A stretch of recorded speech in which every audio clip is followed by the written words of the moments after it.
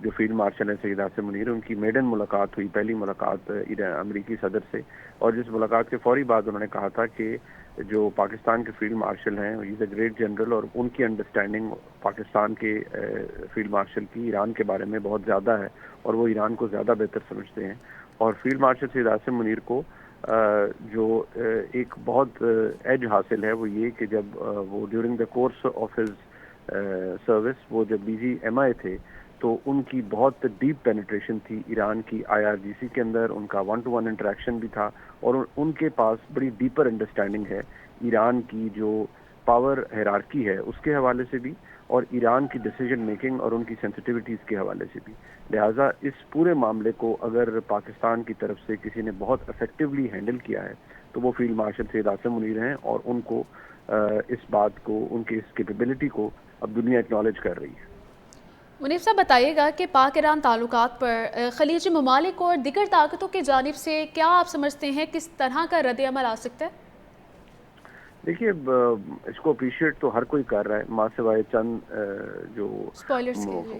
ملک ہیں ان کی وجہ سے، وہاں سے اگر نہیں بھی اپریسیشن ہوئی، اور دنیا بھر سے پاکستان کو اپریسیشن مل رہی ہے، اور مشرق وسطیٰ کے اندر بھی جو برادر اسلامی ملک ترکی ہے، برادر اسلامی ملک قطر ہے، اور خاص طور پر جو پاکستان کا دیرینہ اور ہر وقت ساتھ نبھانے والا ملک سعودی عرب ہے، اور وہاں کی قیادت جو ہے ہز ایکسلنسی شہزادہ محمد بن سلمان،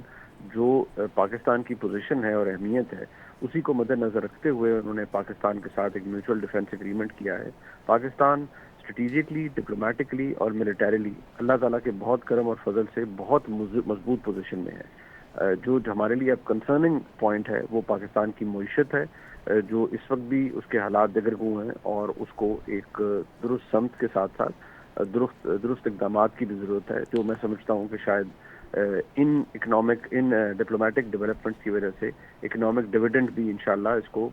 پاکستان کے اندر اس کو وہ ٹرانسلیٹ ہوگا. منیف صاحب بتائیے گا کہ ایران پاکستان تعلقات سے تجارت اور اگر رابطہ کاری کی بات کریں تو اس کے منصوبوں کو کتنی جہت مل سکتی ہے؟ دیکھیے بہت زیادہ، میں جیسے عرض کیا کہ یہ ابھی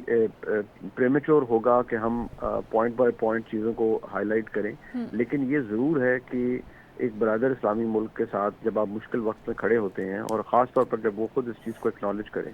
تو وہ اس بات کو بھی اکنالج کریں گے. پاکستان کا جو کنسرن ہوگا وہ بھی یہ کہ ہم فوری طور پر جو اکنامک ڈویڈنڈ ہے اس ڈپلومیٹک سکسیس کا وہ پاکستان میں آئے. لیکن obviously ہر چیز وقت طلب ہوتی ہے، توجہ طلب ہوتی ہے، اس میں ٹائم بھی لگتا ہے، لیکن جو افیکٹو ڈپلومیسی ہے پاکستان کی that has paid off immensely. اور جو اسٹیچر ہے پاکستان کا بحیثیت دنیا کی واحد اسلامی نیوکلیئر ریاست کے، وہ بہت بلند ہوا ہے اللہ کے فضل اور کرم سے. اور اب میں سمجھتا ہوں کہ جو ملٹی لیٹرل پاکستان کا جو اس کے اندر تعلق ہے، نہ صرف ایران کے ساتھ بلکہ دیگر ممالک کے ساتھ، اس میں بھی بہتری آئی. ٹھیک ہو گیا. منیف صاحب خطے میں بدلتی ہوئی صورتحال پر اگر بات کریں تو جغرافیائی اور سیاسی صورتحال پر پاکستان اور ایران اب اس ملاقات کے بعد کس طرح کا کردار ادا کر سکتے ہیں؟ دیکھیے ایران کے ساتھ تعلقات کا ظاہری بات ہے ایک بہت اہمیت ہے. اس خطے کے اندر پاکستان نے خود کو منوا لیا ہے. پاکستان کا آرچ رائیول بھارت، جو کہ کبھی فیٹف میں، کبھی اقوام متحدہ میں پاکستان کو کارنر یا بدنام کرنے کی کوشش کرتا ہے، آج پاکستان کا سٹیچر آپ خود دیکھ سکتے ہیں. وہ ملک جس کو دہشت گردی کی جنگ میں بے شمار قربانیاں دینے کے بعد بھی شک کی نگاہ سے دیکھا جاتا تھا، جس ملک کے حوالے سے کبھی الزامات ڈبل گیم اور کبھی مس مینجمنٹ آف مختلف جو ایشوز تھے ان کے حوالے سے الزامات لگائے جاتے تھے، آج اس ملک کو اور اس کی قیادت کو عزت کی نگاہ سے دیکھا جا رہا ہے. آج اس ملک کا ڈنکا پورے دنیا میں بج رہا ہے، اور اس کی ملٹری سکسیس جو کہ اللہ تعالیٰ نے پاکستان کو دلوائی پچھلے سال، اور جتنی زیادہ بھارت کو ہزیمت اٹھانا پڑی اس کے بعد، اور اب یہ diplomatic success, Pakistan is a force to reckon with. اس کو دنیا اکنالج کر رہی ہے اور دنیا اپریشیٹ کر رہی ہے کہ پاکستان نہ صرف ملیٹریلی بہت تگڑا اور طاقتور ملک ہے، بلکہ جو کہ اپنے سے 7 گنا بڑے دشمن کو بھی دھول چٹا سکتا ہے، بلکہ پاکستان ڈپلومیٹکلی بھی ایک بہت افیکٹو اور اسٹریٹجکلی ویل پلیسڈ ملک ہے، جس نے دہائیوں پر محیط ایک تنازع کو نہ صرف قیمتی جانوں کے ضیاع کو روکا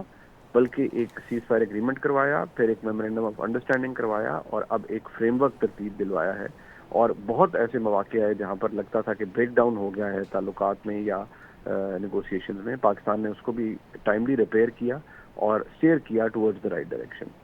ٹھیک ہو گیا. منیب صاحب، پاکستان اور ایران کے درمیان جو ثقافتی اور تعلیمی تبادلوں کو فروغ دینے کے لیے دونوں ممالک کیا اقدامات اٹھا سکتے ہیں؟ دیکھیے اب بہت ساری چیزیں ہوتی ہیں وہ ایز سبسڈیری کام کرتی ہیں مین تعلقات کے یا مین جو ڈیولپمنٹس ہیں ان کے،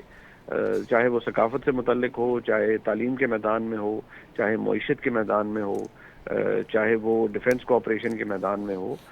پاکستان کے ساتھ ایران کا تعلق اسٹیبلشڈ ہے اور اب پاکستان کا تعلق ایران سے بہت بہتر ہو چکا ہے. جن معاملات پر بھی دونوں ممالک چاہیں گے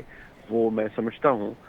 کہ اب وہ ایک افیکٹو نیگوسیشن بھی کر سکتے ہیں، تبادلہ خیال بھی کر سکتے ہیں، اکنامک ڈیولپمنٹ اور معاشی سرگرمیوں کی بہتری کے لیے بھی بہت کچھ اس وقت کیا جا سکتا ہے. جو یہ کیونکہ یہ جو ٹائم ہے اس کی بہت اہمیت ہے.